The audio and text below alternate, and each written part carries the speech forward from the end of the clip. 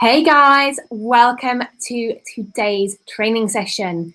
Okay, I know this is going to have completely thrown everybody because we're here an hour earlier, but it's Saturday and I figured that you guys, we've been working hard this week and I wanted you guys to be able to have a little surprise and just to be able to chill a little bit and just relax once we've had the training session. You know, your brains will be fizzing a little, but I want to make sure that you had time to relax rather than just take it through our normal time and you guys just kind of go, oh, Lindsay, it's Saturday night. We're talking revenue, really? So I just wanted to dig in. So hello to everybody that has joined me already. I know that this is going to ping slowly for everybody and they're going to go, what? It's not 9 o'clock already. It is. It is 8 p.m. London time, and that's obviously the start of today's session. And today we are talking about revenue. Okay, we like revenue. Revenue is good. It is healthy for us and for our business. And we're talking about the revenue plan that you need to have for growing your virtual event. Because trying to grow your event without having a revenue plan, it is possible. Okay, you will see these people who ping around because they've got this idea they're going to create something, they don't know how to do it, and they ping around and they don't have a plan. And it is possible because I tested this theory. Okay, I was the fool, and this was me being quite stubborn. And I said, right, I want to know what happens if I behave like other people. If I produce things and I do as other people do, what will happen? And I sent you guys an email about this because really, honestly, it stressed the living daylights out of me. Because when you create a virtual event without a revenue plan and you're just you may be knowing what you might charge for your front end, but that's it. When you create something you've only got half a plan, that's when the wheels are really at risk of falling off because you end up taking on so much more than you'd planned because you end up saying yes to all the opportunities that come straight away. Whereas when we do have a revenue plan and we know, right, I'm finishing the event, I'm launching this, or I'm offering this, or I'm doing this, it means that you have that awareness. And this is really critical. You have that awareness of this is what's happening next. So this is how much space I've got because we've planned it in advance. This is how much space I've got to take on other opportunities straight away, or whether I need to maybe take deposits and move them further down the line. So that's what we're talking about today. Now, obviously, in your workbook, we are up to day 5. And this is a nice, simple one to fill in. And we're going to talk about a few of those different elements. So just to make sure that we are following along, because I know somebody said to me they were trying to fill in the answers on Tuesday and I was going too quick. So for your day 5 one, just to get those first 2 bullet points sorted out and those first 2 gaps, revenue from a virtual event can be split into 2 groups. Group 1, as we've talked about, is our front end offer. Group 2 is our back end offer. And when you haven't got a revenue plan fully sorted and you miss the back end offer, that's when it can feel really, really bumpy and uncomfortable. Now, like I said, I did this. I tested what happens if I don't have a plan. What happens if I just act like all these normal people? And I did that, many events ago now, because I was really wanting to see where this would end up. What would be the organic reach if we took some of the parameters off that we use to control our events? How does that feel? And I'll be honest, I dreamt for about 3, nearly 4 weeks that every single day I was going to open the curtains and there'd be like a horde of angry mobs, like you sometimes see on TV with the people with the pitchforks and things. I kind of had that type of dream, but they were throwing rotten eggs at me. I don't know why that was what it was, but that was the level of stress that I was under because I had so many people, mainly our speakers, and speakers are making referrals in, who were then saying, hey, Lindsay, can we talk about this after the event? I'm like, yeah, of course. Yeah, we'll talk about that. We'll do that. And what happened was because I didn't have that back end, which was structured, because I thought, well, let's see what everyone else does. And what happens if we do it the way everybody else does it? What happened was it was just, yes, we made 73K in revenue. Wow, yeah, great. But the stress around that, of having those conversations without having the structure of that back plan, was really, really hard work. And that's part of why with Experience Event Masterclass, I've smoothed everything out, because if I found that to be hard work and I'm used to production, I can only imagine what those people out there who just pop up and go, I just threw this together overnight. I can only imagine the stress that they go through. And I do not want that for you guys. Okay, we just don't want it. So this is why, we're having this session now and we're talking about it, and it's something that we get into a lot inside Experience Event Masterclass, because we look at what we need to be doing. So for our front-end offers, there are 5 key things that we can do. First of all, we can sell a pass, okay? It can be, it's an access all areas. You can call it a VIP, you can call it a premium, you can call it whatever you like, okay? But you can sell a pass. Now, pricing of these passes can go anywhere from, I've known people do it for $10 right the way through, because we've had clients that range, right the way through to a couple of $100, okay, for one pass. It depends on your event, and these routes and these options, the ones you choose, depend on the event that you're hosting and your audience. Okay, always comes back to the audience, because if you just choose it going, oh, I quite like the idea of making bank with this, that is not going to work. Okay, I've seen people do it. We've had clients that have gone against every word of advice I've given them, and they've had to sign a disclaimer. They physically have to sign it saying, Lindsay told me not to do this, but I'm doing it anyway. And they've gone and done it because sometimes, they hear other people talking about, yes, we made like 200,000 in premium pass sales. Woohoo, we did it. And people think, oh yeah, we can do that too with our first event. Yeah. So you can charge, like I say, from $10 right the way up to a couple of hundred. I know people that have had it nearly 1,000. One of our clients actually put theirs just below $1,000 and they sold. Okay, so it's looking at what is the best option and price point, and we talk about that inside EEM for you specifically for your events. But that is one tool. You can have it where people pay to upgrade. So if you are pricing things at the lower end, you can have it so people pay you to upgrade for different opportunities. You might do what we call fringe events. So you might have where you have all these other aspects happening around it. So you can have the upgrades in the actual event itself, but you can have fringe events that people pay for as well. So that is point number 2. Point number 3 is you can have all access, where you literally obsess over what they're getting. Now, for me, I split passes in half, and this is something that you guys, I shouldn't even be telling on it on a training like this, because I don't want to blow your mind too much, but I split mine in half. You will hear people talk about premium and all access and VIP all over the place.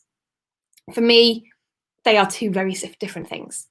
And the reason for that is because if my guys want to come in and just access the recordings, or they just want to access the good stuff, that is cool.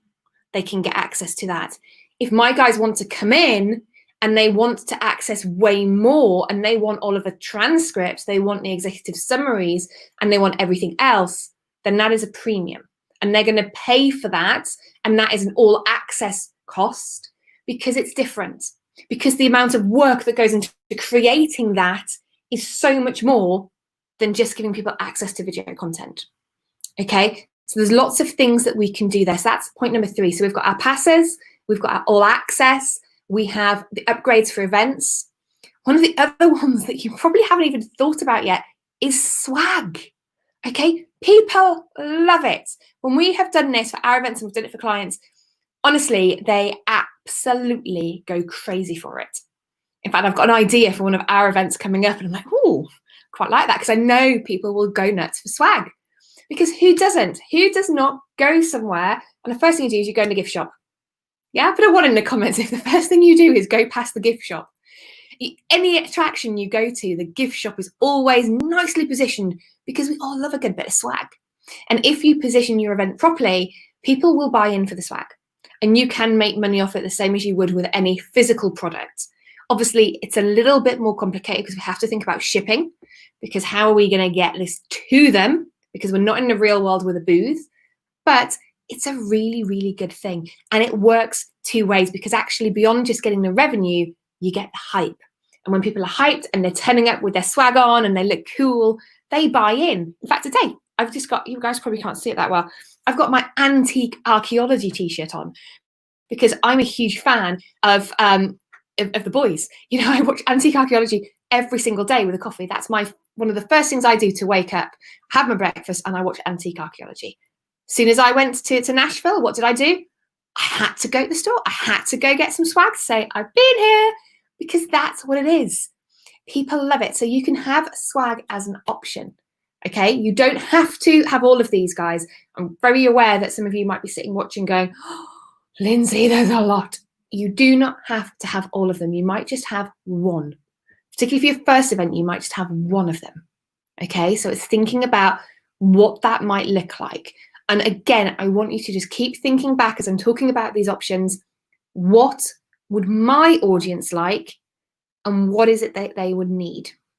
Okay, think about their core needs and what's going on. And the other thing, the other kind of final one there for point 5 for our front end offers is you might run self-liquidating offers. Now, self-liquidating offers are where we would have a page, we run ads to them, and they refill. So basically, the cost of driving the traffic in gets paid back because we're then selling something else up and we are moving through. So we're effectively recovering the cost that it costs to acquire you as perhaps as a user, and then we're spending that again to get somebody else in. And you can use them because normally you would have 2 or 3 different levels on that offer, and it would be effectively paying for itself and driving revenue. And there's ways that you can use this depending on your event. So this one does depend very much on your event and on the timing and how far in advance you start marketing, because there are things that you can do with that technique that you can use to drive an awful lot of revenue.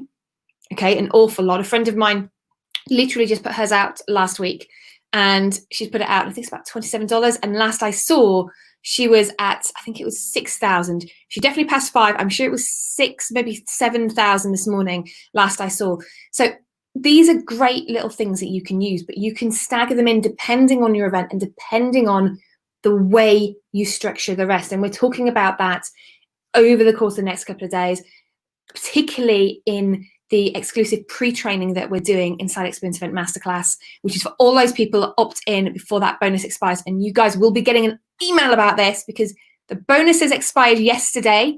2 of them expired, the VIP pass and the laser focus offer. They expired yesterday. But if you're wanting to come in, even if you want to use payment plan, you do have the option of getting that bonus still if you take action ASAP. Okay, because that expires in 36 hours. And that training, we're diving into starting to look at this structure and what we need to make sure that your event is successful. So those 5 things, those front end offers work really, really well. So that's something to consider. The other side of that is we have our back end offers. So these are things that happen after the event is over. Once you've closed the doors and you said, right, guys, we're done, we can breathe. You will have some things that have to happen. We normally would do what we call an event post-mortem, and we would pull it apart and look at things. But before we do that, we actually want to run these back-end offers. Now, back-end offers, there are 4 main types. The first one, depending on how you see it, might sound a little dirty, okay? And that's affiliate offers, okay? Put me a 1 in the comments if you like affiliate offers and you've seen that and you're comfortable with it, you find it an okay concept. I'd love to know what you guys think. Let me just have a little look at the comments. Yeah, so hey Sabine, hey Chris, hey Zoe, hey Chanel, hey Mike, you're back again. Great, good to see you guys. Oh, Siri's now talking. Let's just turn Siri off. There we go. Don't know where Siri thought I was talking to them from. But yeah, so affiliate offers can feel either really nice to people or they've seen really sleazy bad boy bro marketing tactics. And then they kind of go, oh, I don't want to do that. Being an affiliate, the way I approach it is that I would only ever, and I only ever do, recommend products that I absolutely know, love, and use. And I only do that with people as well, because I am all about my ethics. I'm all about my credibility with you guys as my audience. And again, I would never recommend things I don't use. That being said, other people sometimes do, and that's where it can become uncomfortable. Now, if you haven't got something to sell, an affiliate offer can be great because you sell somebody else's service. You basically take all that traffic and you send them to somebody else and you get paid a commission. So as long as that traffic goes and they convert, you get a commission. Now, depending on your audience and the topic of your summit and the affiliate offer, that can work really, really well. Okay, I know people that have gone over 6 figures just with affiliate offer work like that. But that involves timing. So you've got to time your event properly, because you have to have it so that you are built ready for their launch. You have to have it so that you have that relationship and you've targeted and really structured the audience when they're coming in, so they are warm when you send them over to the affiliate. So that's the other side of things there. So you can do an affiliate launch. That's one of the back-end offer types. Is there anybody who thinks that sounds good? If you do, again, shove me a 1 in the comments if yes, a 2 if no. Now, the next one after that is the one that most of you probably will use, which is own product, your own course, or something that is self-service. They all work incredibly well. Again, we look at price point there. We make sure it matches the audience and the people coming through the event. But that is a great way to make money on the back of your summits or your giveaway or whatever it is you're hosting, your retreat, your conference. It works incredibly well, and the audience are used to it because they're already used to seeing you. They're used to seeing you. They're used to those conversations. They are quite comfortable with what you are offering. So they tend to work incredibly well. And again, there's some really good revenue that you can make there. Okay. Number 3 is services. So if you've got services that you're wanting to sell, this works really well. And this is where when I did the test and I went, let's not plan anything, let's just see where it goes and follow the dynamic of it, because we want to see how fluid the event is. That's where I made my money, because I didn't put a course out, I didn't put a product out. I was selling services. And I'll be honest, I sold them without a sales page, because it's a bit like the hairdresser scenario. I don't want to sit and create sales pages if I don't have to, because my agency, my team spend all day doing that. We have a whole funnel building team. That's what they do. Do we want to spend hours crafting sales pages for us? No, which is why you should really appreciate the sales page over at experienceeventmasterclass.com, because I crafted that. I actually sat with the team and we crafted that, which we don't do normally. Because for us, when we do services, we would normally just have a chat. It'd be a call and you get a payment link. If you're being really, really, if we're really high end and we're doing something incredibly custom high end, where again, we're talking probably a 6-figure contract, then for that, it'd be a custom proposal. And again, we've got hacks for that, so that if you are service-based, we can speed you up so you don't have to waste time. Okay. The other thing with that as well is we have, and the way that we do things is we just have a services menu, or you can have a services brochure. Ours is really simple, plain text, looks pretty, plain text, and basically every single link is clickable. And people just convert, they buy. And the way that we work for services is that we, depending on the price point, we either have you pay in full up front, or we do it as a milestone and it's broken down and contracted.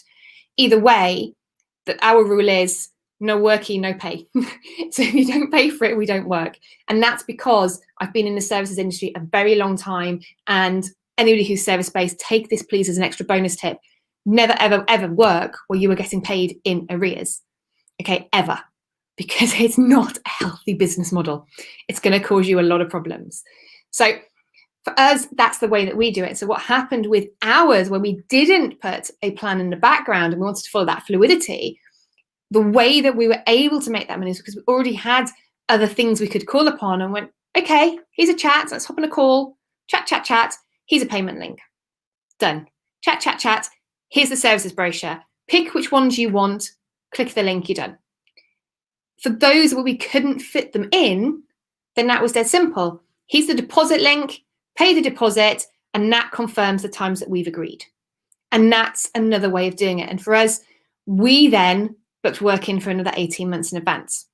So that is the way that you can use some of your back-end offers. The other one is obviously that you can then increase your fees. You can let all your clients know, guys, we've done this. I have some work booked in, but I'm going to increase my fees as of this date. And then you work through renewing the existing clients at a higher fee. You may do most of these techniques with your event. You may do none of them. Okay, you may just go, I'm going to test it and see if I get different data to Lindsay. You're welcome to do that. Again, please do sign a disclaimer though, saying that I've told you not to, because that's not the healthiest way to do it, both in terms of your own physical and mental health, and also in terms of your business. It's just not good. We want to have that plan, but you may choose to do a mix. You may choose to do one or two. Inside of Experience Event Masterclass, what we do is we make sure that we've got all of that pinned and put in place, and everything is solid before we get to the event launch, because you do not want to be, and this is a pro tip, okay, regardless of whether you join Experience Event Masterclass or not, this is a pro tip. You do not want to run your event and then go straight into a launch and then go straight into actually delivering things and not have it all planned. Because if you do, you are going to be physically exhausted. And I mean exhausted. Okay, so just bear that in mind. That's why the revenue plan, the production plan, and how we structure things is absolutely mission critical. You know, somebody was talking to me the other day and said, I've been told I can make these in 90 days. Yes, it is possible. You can. If you don't have a really solid audience definition by the standard that we hold it to, and you do not have a really solid product offer and launch that you've proven, then I always say take a bit more time, because we want to make sure it's perfect. We've nothing to stop us testing that offer and launch before, so we know it's proven, but we want to make sure that we've got everything planned for our revenue. Because when we're doing a catalyst, we're getting all this opportunity, we're getting all of these options that we can make revenue at. Why not take advantage of them? It would be foolish, and you would be leaving money on the table if you were not taking advantage of planning things properly. You know, people always say, and I've had so many conversations with people this last week or so, where they're kind of running into, I'm doing an event, I'm doing it now. So, okay, have you thought about this? I spoke to somebody just the other day, and they are a huge influencer. They have like 800,000 followers on TikTok. And I do need to tell Ian Tosca that. Ian, if you're watching, she's got more than you, because I know Ian's obsessed with this. And she's got something like 1.2 over on Instagram. I was like, okay. And she's got a launch coming up in 2 weeks and no assets. How's that going to work? Are we leaving money on the table, guys? Of course we are. Do we want to do that? Do we want to scale our business where we're leaving money on the table and we're having to work harder and harder and harder to earn more income because we've left stuff, you know, just floating around? No, we want to do it professionally, we want to do it properly, and we want to make sure that we're protecting you as well. Because when you are working at that higher level, when you are scaling up and you are taking, there's a huge difference between the amount of effort that a 3 to 5K a year business makes compared to a 50K, to 100, 150, 500, and moving that forward. There's a huge difference in the amount of involvement that you have in that business and the amount of work. And what you want to do is simplify it so that you have a structure from the base that is solid, so you can take that and you can work on all the other aspects without having to worry about it all come crashing down. You want to be able to start from a solid point. And that's part of what we're doing in that 6-month incubator there. Because by having you inside Experience Event Masterclass, I can teach you how to craft the offer, how to structure that for the audience, how to add the experience, and how to create all of these aspects and put them together. So you're not just releasing an event, you are restructuring and actually building your business from a place of strength, using the business hierarchy of needs, using all of these other tools that we can use to really strengthen your business. Because if you're leaving revenue on the table, then actually you've got an expensive hobby. You know, some people say, you know, if you're not making money and making offers in your business, you've got an expensive hobby. I always think it's better to take it one step further. If you are leaving revenue on the table because you've not considered it, you've not considered the situation around you, then are you really doing the best in your business? Or is it just something you love as a hobby piece that you want to kind of play with and dabble in every now and again?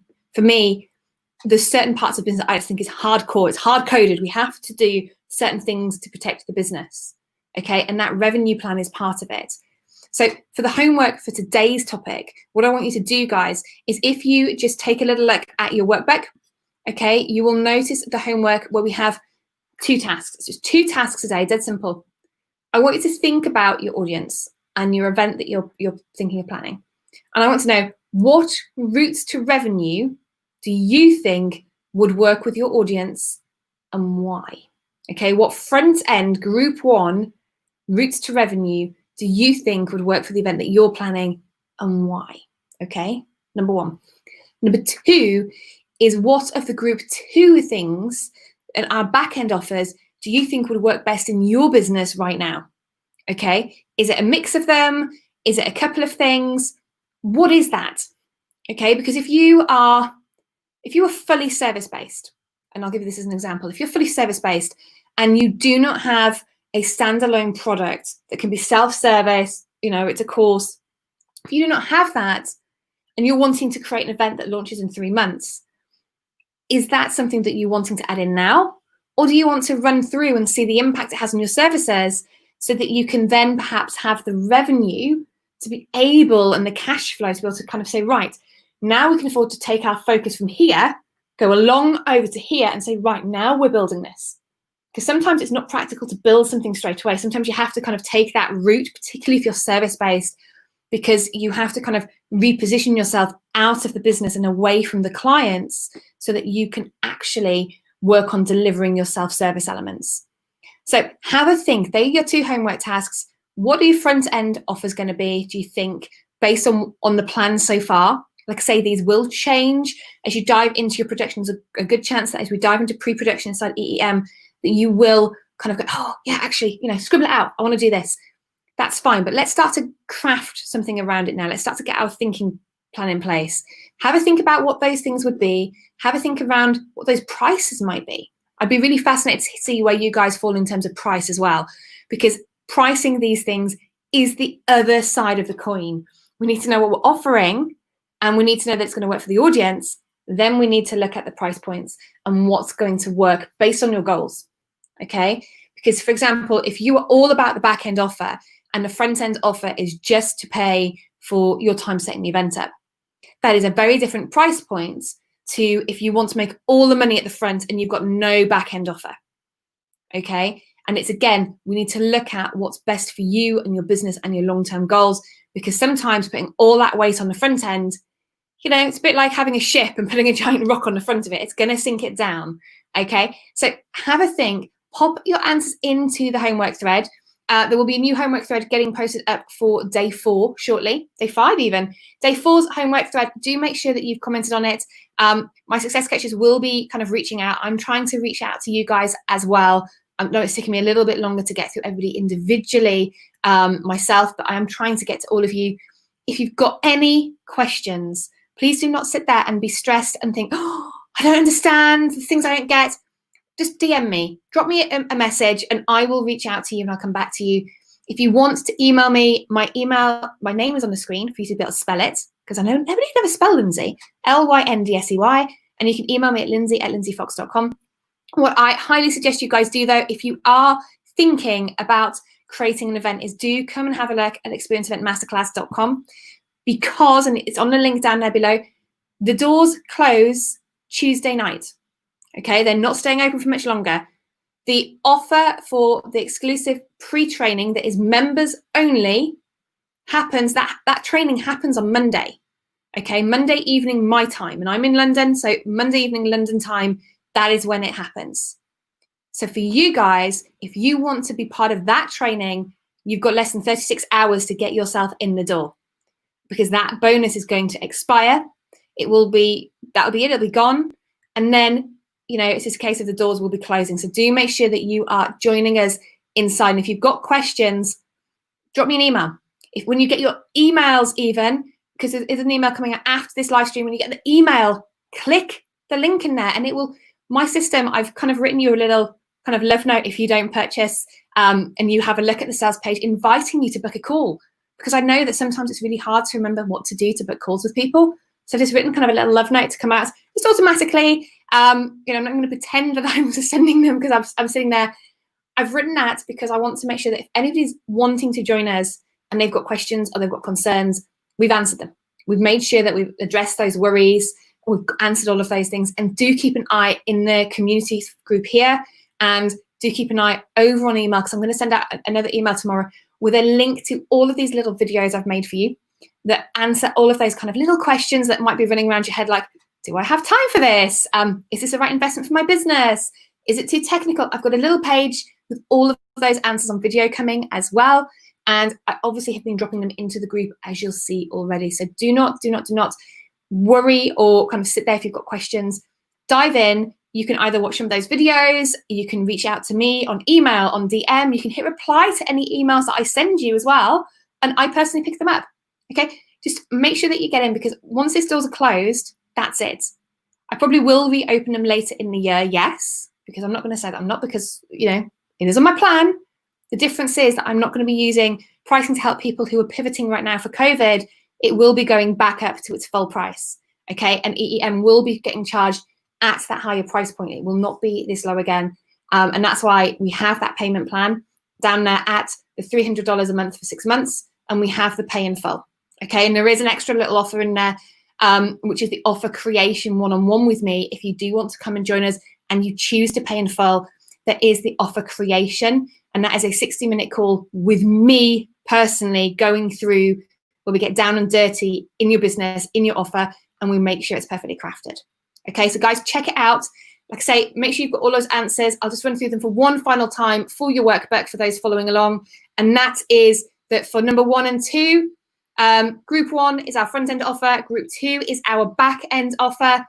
For our front end groups to revenue, they are a pass, usually kind of the kind of free pass, with then the upgrade to the limited pass, as I tend to call them. We have the all access and premium. We have the upgrades for event as 0.3. We have swag as 0.4. And we have self-liquidating offers at 0.5 that you can time if your event is far enough in advance that you can run them. For back-end offers, we have affiliate launches. We have our own products and self-service courses. We have services, if you're a service-based business, and we have fee increases. Okay, just to make sure you've got all of that filled in your workbook.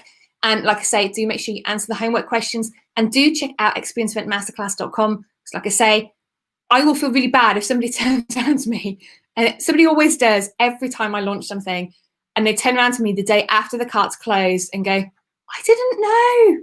Can I join, please? I didn't know. And I feel really bad, because the answer is always no. Okay. You're probably thinking, oh, you should say yes, Lindsay. But it's not, because when I say I'm doing something, I stick to it.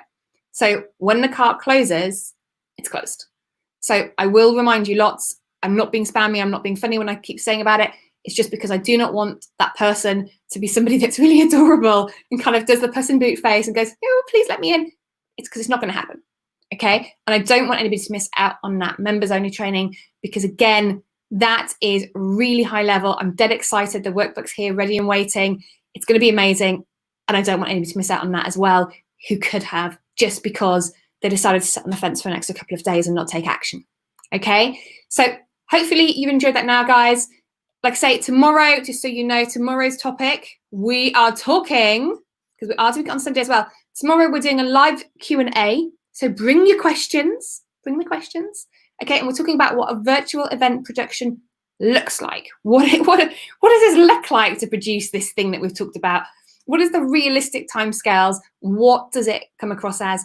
Like I say, bring your pad full of questions, because if you've been fizzing and following along with this and kind of your brain's been kind of fizzing and things, you will have some questions. So let's dive into them tomorrow, and we're going to talk about the different stages of virtual events and what that looks like.